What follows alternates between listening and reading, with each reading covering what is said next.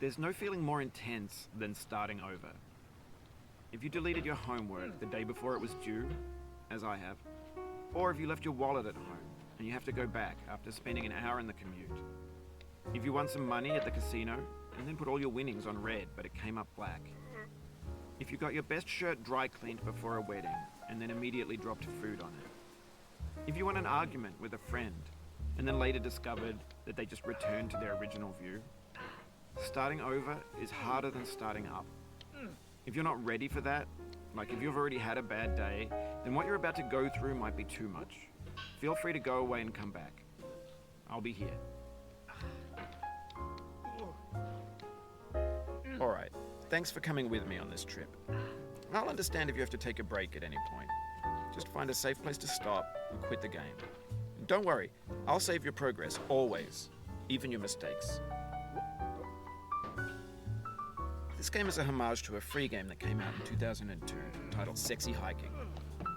The author of that game was Jazuo, a mysterious Czech designer who was known at the time as the father of B games.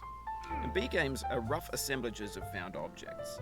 Designers slap them together very quickly and freely, and they're often too rough and unfriendly to gain much of a following. They're built more for the joy of building them than as polished products. In a certain way, Sexy Hiking is the perfect embodiment of a B game. It's built almost entirely out of found and recycled parts, and it's one of the most unusual and unfriendly games of its time. In it, your task is simply to drag yourself up a mountain with a hammer. And that act of climbing, in the digital world or in real life, has certain essential properties that give the game its flavor. No amount of forward progress is guaranteed. Some cliffs are too sheer or too slippery. And the player is constantly, unremittingly in danger of falling and losing everything. Anyway, when you start Sexy Hiking, you're standing next to this dead tree that blocks the way to the entire rest of the game. It might take you an hour to get over that tree, and a lot of people never got past it. You prod and you poke at it, exploring the limits of your reach and your strength, trying to find a way up and over. And there's a sense of truth in that lack of compromise. Most obstacles in video game worlds are fake. You can be completely confident in your ability to get through them once you have the correct method or the correct equipment or just by spending enough time. In that sense, every pixelated obstacle in Sexy Hiking is real. The obstacles in Sexy Hiking are unyielding, and that makes the game uniquely frustrating. But I'm not sure Jazuo intended to make a frustrating game. The frustration is just essential to the act of climbing, and it's authentic to the process of building a game about climbing. A funny thing happened to me as I was building this mountain. I'd have an idea for a new obstacle, and I'd build it, test it, and it would usually turn out to be unreasonably hard. But I couldn't bring myself to make it easier. It already felt like my inability to get past the new obstacle was my fault, as a player rather than as a builder. Imaginary mountains build themselves from our efforts to climb them, and it's our repeated attempts to reach the summit that turns those mountains into something real. When you're building a video game world, you're building with ideas, and that can be like working with quickset cement. You mold your ideas into a certain shape that can be played with, and in the process of playing with them, they begin to harden and set until they're immutable, like rock. And at that point, you can't change the world. Not without breaking it into pieces and starting fresh with new ideas. For years now, people have been predicting that games would soon be made out of prefabricated objects, bought in a store and assembled into a world. And for the most part, that hasn't happened, because the objects in the stores are trash. I don't mean they look bad or that they're badly made, although a lot of them are. I mean they're trash in the way that food becomes trash as soon as you put it in the sink. Things are made to be consumed and used in a certain context, and once the moment is gone, they transform into garbage. In the context of technology, those moments pass by in seconds.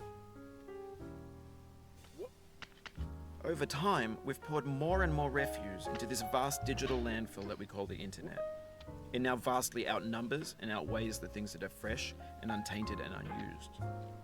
When everything around us is cultural trash, trash becomes the new medium, the lingua franca of the digital age. And you can build culture out of trash. But only trash culture. B games, B movies, B music, B philosophy. Maybe this is what digital culture is. A monstrous mountain of trash, the ash heap of creativity's fountain. A landfill with everything we ever thought of in it. Grand, infinite, and unsorted. There's 3D models of breakfast, Gen X's fanfic novels, scan magazines, green screen Shia LaBeouf, banned snuff scenes on LiveLeak. Facebook's got lifelike bots with unbranded adverts and candid shots of Kanye and Taylor Swift mashups, car crash epic failed GIFs, Russian dashcam vids, discussions of McRibs, discarded, forgotten, unrecycled, muddled, rotten, untitled. Everything's fresh for about 6 seconds, until some newer thing beckons, and we hit refresh. And there's years of persevering, disappearing into the pile, out of style, out of sight. In this context, it's tempting to make friendly content that's gentle, that lets you churn through it but not earn it. Why make something demanding if it just gets piled up in the landfill, filed in with the bland things? When games were new, they wanted a lot from you. Daunting you, taunting you, resetting and delaying you. Players played stoically. Now everyone's turned off by that. They want to burn through it quickly, a quick fix for the fickle, some tricks for the clicks of the feckless. But that's not you, you're an acrobat. You could swallow a baseball bat. Now I know, most likely you're watching this on YouTube or Twitch, while some dude with 10 million views does it for you. Like a baby bird being fed chewed up food. That's culture too. But on the off chance that you're playing this, what I'm saying is, trash is disposable, but maybe it doesn't have to be approachable. What's the feeling like? Are you stressed? I guess you don't hate it if you got this far. Feeling frustrated? It's underrated. An orange is sweet, juicy fruit locked inside a bitter peel. That's not how I feel about a challenge. I only want the bitterness. It's coffee. It's grapefruit. It's licorice. And it feels like there we're you closer go. now. Composer and New PB. And 50.